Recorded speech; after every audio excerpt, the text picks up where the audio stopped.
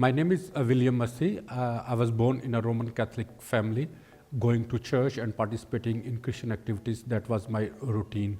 But when I was in my high school, one of my teacher asked me about why don't you want to convert to Islam? When I heard this statement, that was very shocking for me. And after that, I start thinking that why I need to convert to Islam, and that thought gave me a lot of curiosity to think more about God. And then when I finished my high school, then I started searching about true living God, and for that reason I studied about Islam, Hinduism, Sikhism, Baha'ism, New Age, Mormon, Jehovah's Witness, Christianity, Judaism, and all these things. And in the end I start saying that there is no God, because all these religions, they teach you good stuff. Time went by, and when I was in the first year of my college, I met with one of my Christian friend who tried to evangelize me, and he talked about God, and I told him that I'm not interested anymore in God because there is no God. All these religions, they teach you how you can reach out to God, which is impossible. And this, my friend, every time he tried to evangelize me, and whenever he used to talk about God with me, I used to make fun over him. And one day he said to me that I can see my God, and I said that it is not possible. And he kept saying, every time whenever I used to meet with him, he used to tell me that you can see your God. And one day, unknowingly, why I challenged him, and I said, okay, I want to see your God. What do I need to do? So he taught me a simple prayer, and he said that you need to pray, and your God will come and he will meet with you. So I said to him that I have done so many funny things, and it is not easy. But every time whenever he used to meet with me, he used to say the same thing, that, oh, you can see your God, you can see your God. And one day I challenged him, and I said, okay, your God has 30 days, I want to see him. And then I asked him that what do I need to do to see this God? He taught me a simple prayer, and he didn't mention Allah, Yahweh, Guru Nanak, Krishna, or Buddha. He taught me a prayer like this: a creator of this universe, a true living God, whoever you are, come, I want to see you. And he said that his God will come. And also he mentioned that whoever will come, then you can follow him. It is so easy. And I was happy with that thought, because I had done so many funny things. For study Islam, I used to go in a mosque. For studying Hinduism, I used to go in a Hindu temple. I used to give offering to goddesses. I used to eat prasad. And for Saint Mark, I went to Sikh temple, I took shower, and I did all that funny things. But I couldn't find God.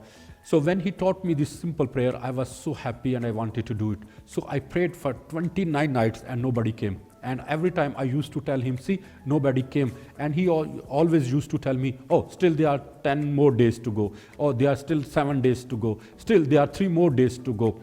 And one day, on 30th night, when I was sleeping in my bedroom, I heard a voice from outside which called me, William, William. I looked outside. I rushed to the kitchen door, looked outside, nobody was there. And I was scared, so I came back and I slept. After some time, I heard that same voice which called me, William, William. I rushed to the kitchen door, looked outside, nobody was there. And while I was standing, a thought came in my mind, and I said, Lord, here I am, show me, what do you want to show me? And I saw a man in a white robe. He came on the terrace, and from terrace he walked down, and he came and he stood just right in front of my face. And while he was standing there, he asked me, will you not allow me to come into your bedroom?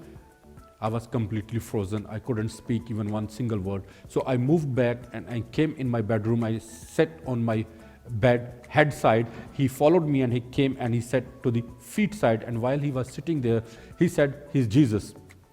I didn't believe him. I said, okay, if you are Jesus, then pointed towards the room. And I said, okay, then my brother and my sister-in-law, they are sleeping in that bedroom. Go and bring them here. So this man who said he's Jesus, he stood up from there, he went and he came back with my brother and my sister-in-law. So he came back and he sat on that same place where he was sitting, and my brother and my sister-in-law, they came and they sat to the other side of the bed. And we all four of us prayed together. After prayer, my brother and my sister-in-law, they went back to their room.